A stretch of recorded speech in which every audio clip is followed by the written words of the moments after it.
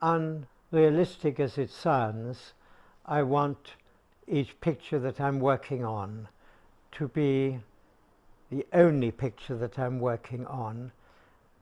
To go a bit further, the only picture that I've ever worked on, and to go even a bit further, the only picture that anyone has ever done.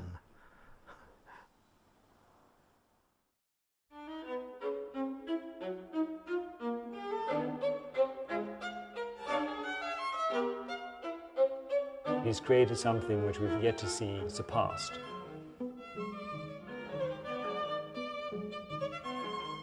Presenting the naked form with such majesty.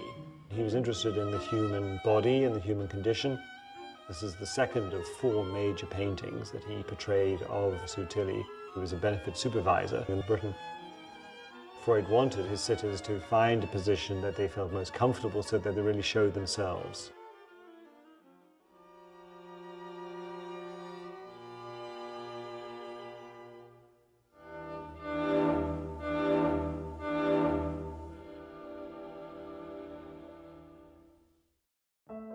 Lucian said, sit down, make yourself comfortable.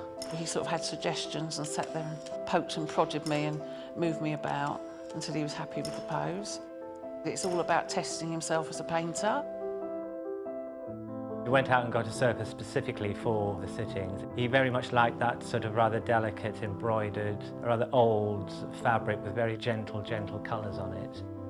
I walked in the room and there was a sofa waiting for me. I couldn't have been more happy, because on the first one I was lying on the floor, which was nightmarishly uncomfortable.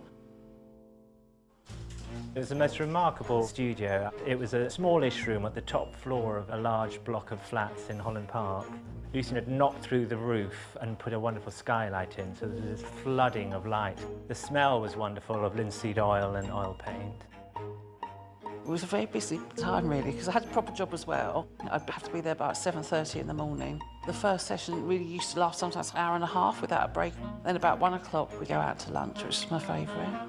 Then worked about 3:30, and that was 2 or 3 days a week. What you see is 9 months of creation.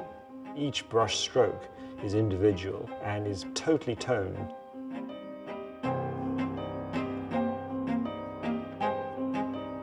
It's almost like sculpting the person in flesh.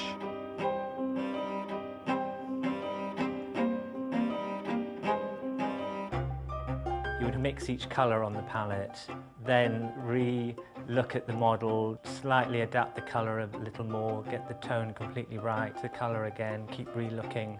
Then eventually he would take just some on his brush and very, very, very gently touch the canvas with the paint. The model always had to be there, even if he was painting the background or the floorboards or the back wall. Freud has taken on one of the great subjects of art history, the nude, and yet he is breaking many boundaries with that. There have been these extraordinary exhibitions which again have given Freud even greater place. To see him stand alongside the grand old masters, and to be a grand old master at the same time to be the most contemporary of painters, is his lasting achievement.